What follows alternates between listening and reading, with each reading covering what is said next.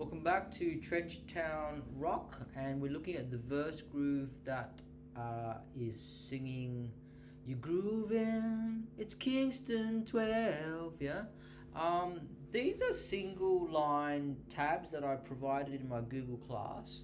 So we're dealing with single line E string, the thick E string. Yeah. And you have to play it exactly the way I've written it out. So we're going to do the first single line is for 1, 2, 3, 4, 5, 6, 7 bars or 7 chunks. Let's think of it as 7 chunks. So we're going to go on the E string, but we're pressing the 5th fret, which is A.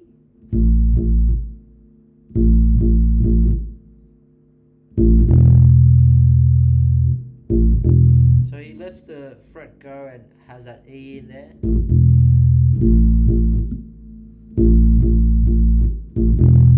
Yeah.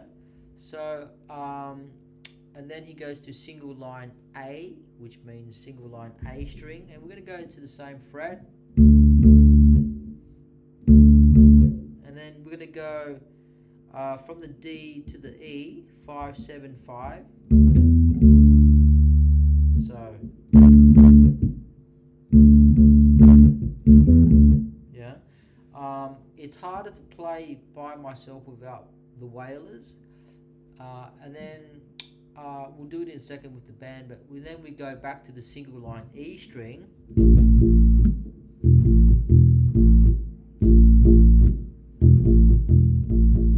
Yeah, and then we go and play all that we just played twice. Yeah, while they're singing "You groovin', it's Kingston 12." Yeah, so really that whole section is done twice. So let's do it with the band. Or actually no, after you do it twice, you've got one more single line E. Don't forget that. After you do it twice, I've got it in the tab in my Google class. You do one single line E again.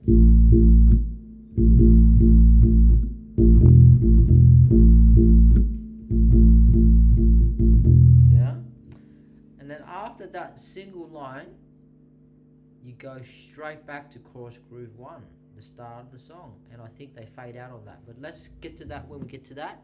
Let's just look at verse groove. You grooving, it's Kingston 12, and I'm going to try and stick to my tab as much as possible. I'll bring the song back a bit. Here we go. I give this song a try. I never let the children cry. Oh, you got to take that away. It's Kingston 12. It's Kingston 12.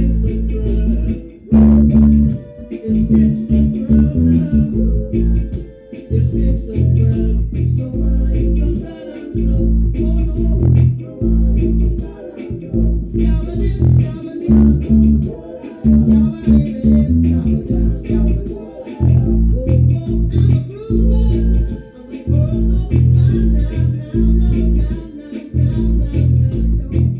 Oh no.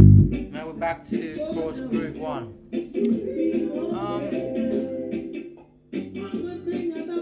Let's try that again. Let's try it again with Bob's band, and I'll see you later. Have fun practicing. A line.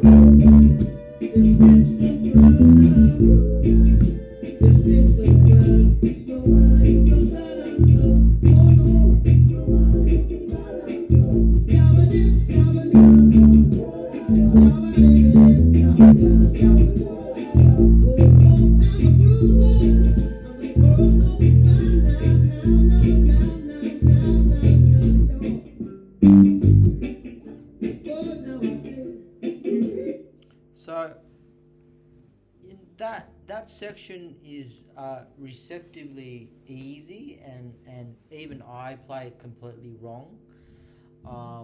Maybe the tablature, the way I've tabbed it out, makes it easier. but it's really about you playing with Bob's band a lot and zoning in on Aston Barrett's bass playing, yeah? That's how you get that groove, and that is supposed to be the easiest section of the whole song. And the way I've written it out line by line will help you stay on track with the band.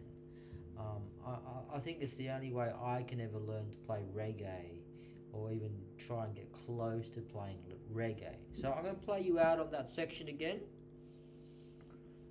and we will see you next time for another reggae song.